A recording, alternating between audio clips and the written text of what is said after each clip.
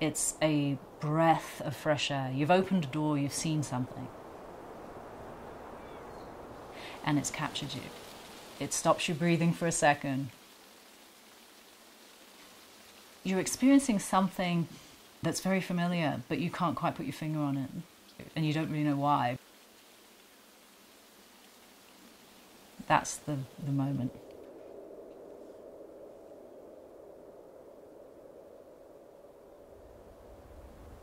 You know, you're trying to capture a feeling of, I've just glanced at a landscape. I've just looked over and I've just seen this.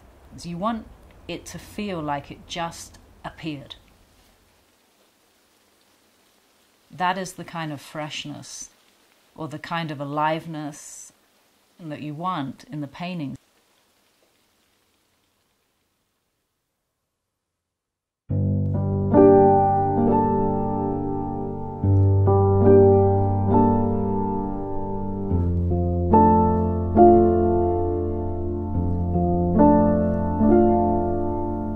Being alone in nature, you come back to yourself. Something so simple and so basic as admiring a ridgeline, admiring a beautiful reflected lake, or, you know, it's that calm beauty that it's spectacularly isolated. We need the experience of being, you know, romantically and poetically lost in the wilderness and being found again. There is a story behind the landscape, and it's a history not unlike ours of stress and cycles of life, seasons, weather, causing landscapes to shift and change through time. I think that's what makes it beautiful. You know, Earth will still be here long after we're gone, so I'm just trying to tell her story as best as I can.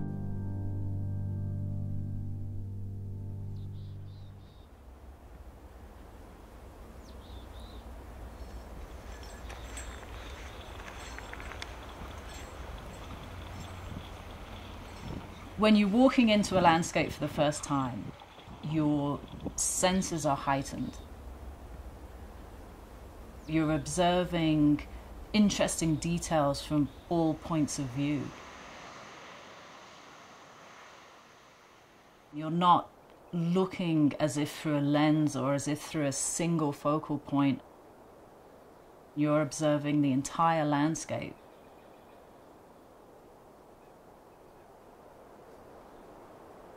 In painting, you can describe that sense of perspective because you're not restricted to a single focal point. I've gone into a landscape and I've somehow absorbed the feelings of it. And so when I'm out there, I'll maybe do some drawing, but I'll mostly just try and memorize what's interesting about the place.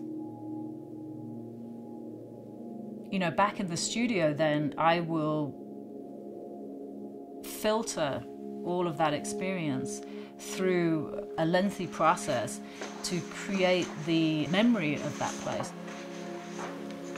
Like put those emotions into the paintings that I don't think you can do if you're just actually rendering a place as it is.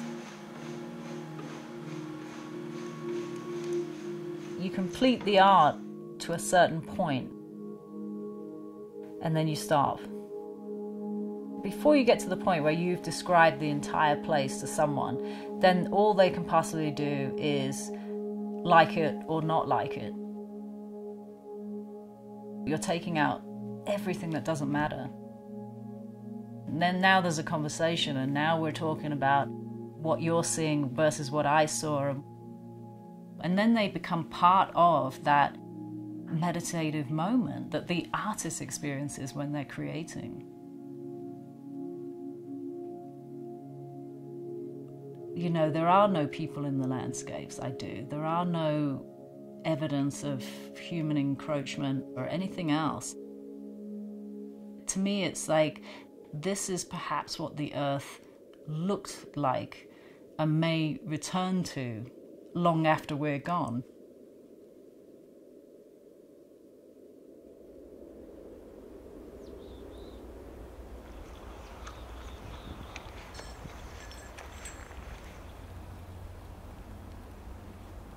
You know, we don't always want all these people around us. You know, we want that connection to our roots, and we want that connection to nature.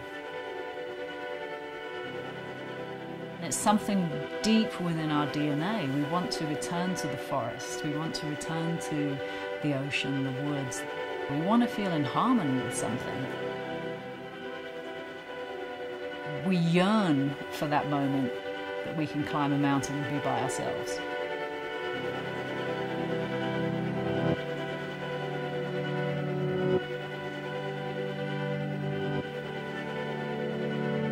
There's a lot to your life, there's a lot of history, there's a lot of experiences and circumstances and your own doing or someone else's doing that lead you to this moment.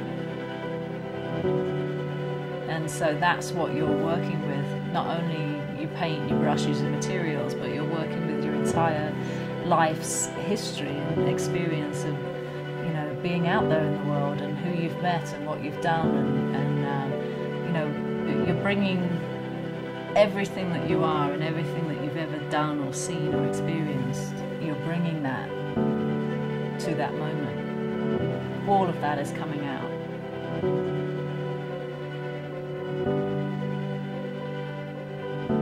There is a spiritual aspect to the landscape. You know, being out there in the wilderness, you're at one in the world. You are as equal as all the things around you. And so you can sit with yourself and you can feel very peaceful and calm.